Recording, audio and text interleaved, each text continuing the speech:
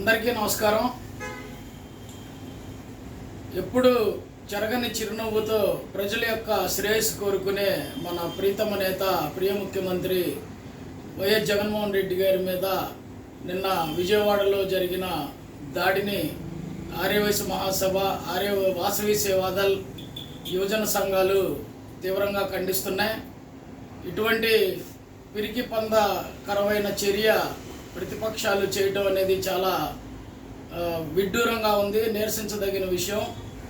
ఇలాంటి చర్యలు మున్ముందు జరగకుండా చూసుకోవాల్సిన బాధ్యత డీజీపీ గారిది, సిఎస్ గారి మీద ఉంది. కావున వాడు ఎవరైనా సరే ఈ దుశ్చర్యకు పాల్పడిన వాళ్ళని కఠినంగా శిక్షించాలని చెప్పి మేము డిమాండ్ చేస్తూ ఉన్నాం.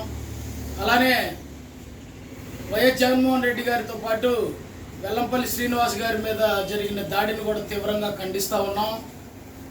ఆర్యవైశ్యుడు గెలుస్తున్నాడు అనే భయంతో ప్రతిపక్షాలు చేయించిన దాడిలాగా మేము విశ్వసిస్తున్నాం, నమ్ముతున్నాం కూడా. ఆర్యవైశ్యుల్ని భయపడిపోయి ఇంట్లో దాక్కునే రోజులు కాదండి ఇది. ఆర్యవైశ్యులు ఎప్పుడు సౌమ్యంగా ఉంటాం, మంచిగా ఉంటాం, మాతో మంచిగా ఉన్నంతకాలం. వైఎస్ఆర్సీపీ పార్టీ ప్రజల యొక్క శ్రేయస్సు కోరుకునే పార్టీ కాబట్టి ఆర్యవైశ్యులు ఎప్పుడు కూడా జగన్మోహన్ రెడ్డి గారికి, వైఎస్ఆర్సీపీకి అండగానే ఉంటాము.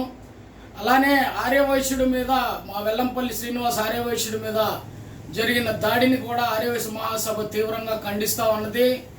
మీకు దమ్ముంటే, ధైర్యం ఉంటే ఎలక్షన్లో మీరు గెలిచి చూపించండి, అంతేగాని దాడుల ద్వారా మేమేదో గెలుస్తున్నామని భయభ్రాంతులు చేస్తే ఇక్కడ భయపడే వాళ్ళు ఎవరు లేరు.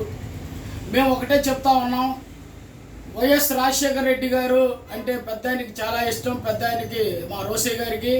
అలానే రోసే గారికి వైఎస్ రాజశేఖర రెడ్డి గారు అంటే కూడా చాలా అభిమానం.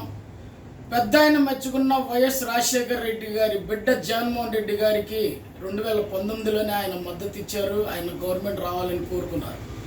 అలానే ఆర్యవైశ్యులు ఎప్పటికీ కూడా వైఎస్ఆర్సీపీతోనే ఉంటాము, వైఎస్ఆర్సీపీ పార్టీని గెలిపిస్తాము.